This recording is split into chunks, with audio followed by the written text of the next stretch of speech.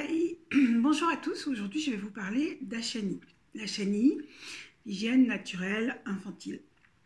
C'est une façon d'accompagner son bébé, son bambin, sans couche, et ce, quasiment depuis la naissance.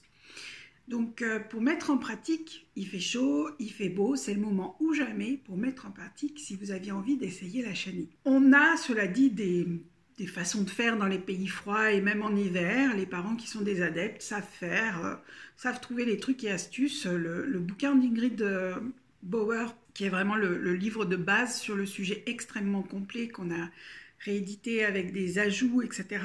Il est très fourni et il va vous parler de tous les petits détails que vous aimeriez savoir en plus. Mais moi, aujourd'hui, je vais me concentrer sur les 4 outils de base pour démarrer l'Ashani. Alors, les 4 outils de base sont 1. Le timing, 2. Les signaux ou le langage corporel de votre bébé ou de votre bambin, 3. L'intuition et 4. La suggestion que l'on peut faire à son bébé ou à son bambin. Le premier outil, le timing, il va s'agir de déterminer dans un moment type d'une journée de votre enfant à quel moment il va éliminer le plus. Est-ce qu'il va plus souvent demander le matin au réveil, après la sieste, après une tétée, au moment de la promenade, quand il sort dehors? Voilà, donc déterminer les grands moments où vous avez le plus de possibilités de répondre à sa demande d'élimination. Une fois qu'on aura grosso modo planifié le moment type, la journée type, va s'ajouter tout un tas d'événements extérieurs qui vont venir perturber cette journée type. Ça peut être votre bébé qui est légèrement malade, ou vous-même qui êtes malade et qui allez donc moins être attentive. Ça peut être le froid, si vous le sortez dans le froid, évidemment, le froid ou au contraire une très forte chaleur va avoir un impact sur son besoin d'élimination. Ça peut être aussi une surexcitation ou un stress du bébé à un instant T, voilà, qui va venir impacter son besoin d'élimination. Donc toutes ces petites choses vont venir impacter, il va falloir être vigilante et puis petit à petit vous allez apprendre en fait que ah oui, je sors, il fait froid, il risque d'avoir plus besoin d'éliminer, donc il va falloir que je lui propose peut-être plus souvent. Ou à l'inverse, on est en pleine canicule, il faut que je sois attentive. Est-ce que ça fait pas un trop long moment où il m'a pas demandé, auquel cas peut-être qu'il n'a pas assez, il n'est pas assez hydraté. Voilà, donc tous ces signaux-là vont vous aider, en fait tous ces repères vont vous aider petit à petit à établir le timing qui était l'outil numéro 1. Alors pour le langage corporel, au même titre qu'une maman, peut-être même qu'un papa, est capable de reconnaître les signes de fatigue, de stress, de faim chez son enfant. Si on fait très attention, on est à même de reconnaître les signes de besoin d'élimination. Alors c'est sûr que ça demande une très grande concentration, ça demande d'être vraiment attentive, sans tomber non plus dans l'excès inverse, être inquiète à l'idée de rater un pipi ou quoi que ce soit. C'est pas l'objet. Simplement observer l'enfant et son langage corporel. Par exemple, si vous portez beaucoup votre enfant, et donc qu'il est contre vous, que ce soit devant ou dans le dos, un langage corporel qui revient assez fréquemment comme besoin d'élimination, c'est l'enfant qui subitement se tend, devient tout tendu, et là, ça doit vous titiller. Ça peut être aussi ces mouvements de jambes qui deviennent pas frénétiques, mais un peu insistants. Donc ça aussi, ça peut être un indice important sur la façon, sur le fait que votre enfant essaye de vous communiquer quelque chose. Ensuite, pour notamment les enfants qui ne sont pas portés, ça peut être des petits bruits de bouche, des grognements, le visage un peu crispé, va se tourner vers vous avec un regard un peu crispé. Ça veut dire là, ça serait bien que tu t'occupes de moi. Et puis chez les enfants un peu plus grands, les bambins, on va avoir tout et son contraire. Il est sur vos genoux, il va essayer d'en descendre pour éviter de faire pipi sur vous. Au contraire, il est loin de vous, il se rapproche de vous parce qu'il a besoin subitement de votre aide. Ça peut être grognement, il est en train d'avoir une activité avec ses mains plongées, tout son corps concentré. Subitement, il devient paralysé, il ne bouge plus. Voilà, donc c'est autant de signaux qui doivent au départ vous alerter, vous dire « Ah tiens, là, il y a un changement dans sa façon d'être. Qu'est-ce que ça peut bien vouloir dire? Est-ce que ça ne pourrait pas vouloir dire qu'il y a un besoin d'élimination ?» Ça, c'est le deuxième outil observer le comportement de votre enfant, son langage corporel va vous apprendre énormément de choses. Et nous allons passer au troisième outil, l'intuition. Alors l'intuition, c'est peut-être l'outil le plus difficile pour certains à appréhender, tout simplement parce que ça n'est pas un effort conscient. On sait qu'on sait, mais sans savoir pourquoi. C'est surtout pas de l'obsession ou de l'inquiétude, c'est complètement à l'inverse. Ça n'est pas être obsédé, oh là là, est-ce qu'il a envie de faire pipi, est-ce qu'il a envie de faire pipi là, est-ce que... Non, pas du tout. C'est juste, ça peut être un moment fugace, une pensée fugace. Tiens, il doit avoir envie de faire pipi. Ça peut être un robinet qui se met à couler qui va vous faire penser.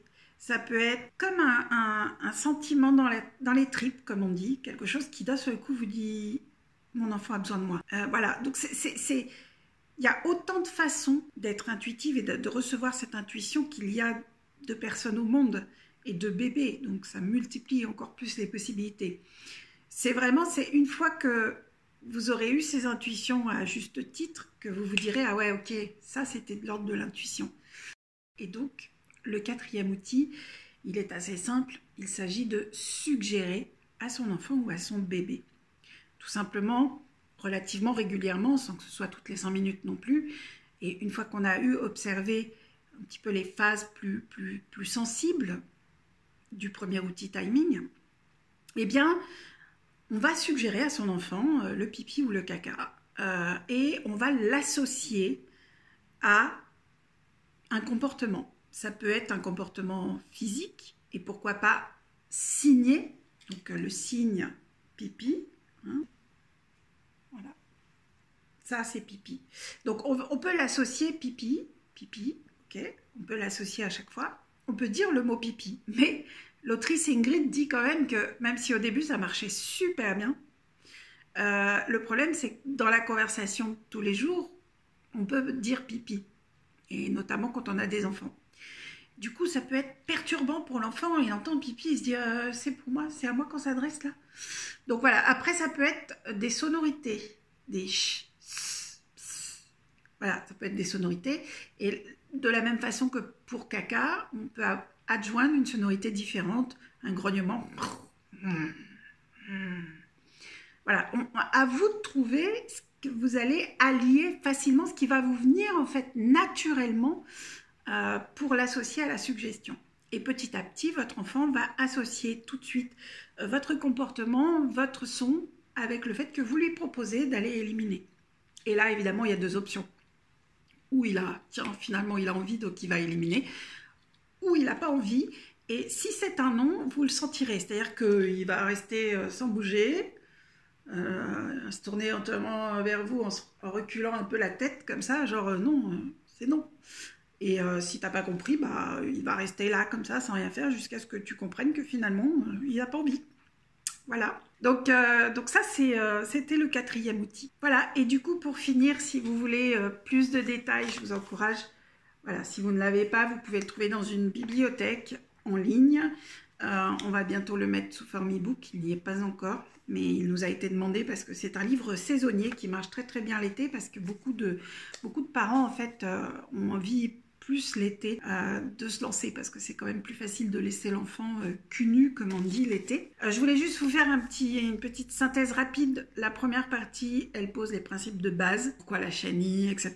La deuxième partie, c'est du pratico-pratique.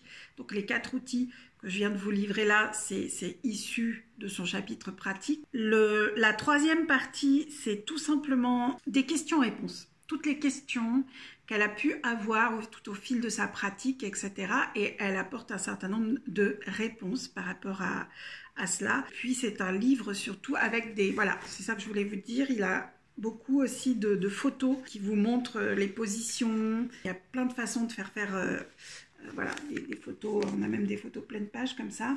Donc il y a plein de photos, plein de positions pour faire pipi. Et elle vous livre les différentes positions, les avantages et les inconvénients de chacune d'entre elles. Pour finir, petit cadeau, ça c'est pour vous. J'ai œuvré pour que ce livre soit aussi complet et étendu que possible. Et pourtant, en un sens, rien de ce dont vous avez besoin pour pratiquer la chenille ne se trouve dans ces pages. Cela se trouve en vous. Pour paraphraser Marcel Proust, l'ouvrage de l'écrivain n'est qu'une espèce d'instrument d'optique qu'il offre au lecteur afin de lui permettre de discerner ce que, sans ce livre, il n'eût peut-être pas vu lui-même. C'est dans l'esprit d'un tel instrument que je vous offre ce livre. J'espère que les idées exposées ici résonneront au plus profond de vous. Je souhaite que ce livre soit une autre lentille à travers laquelle vous redécouvrirez ce que vous savez déjà, à savoir comment écouter attentivement, en pleine conscience, et répondre avec amour à votre bébé et à vous-même. Voilà, je vous souhaite une très belle fin de journée. J'espère que ça vous donnera envie d'essayer. Je vous souhaite une très belle journée et je vous dis à très bientôt. Au revoir.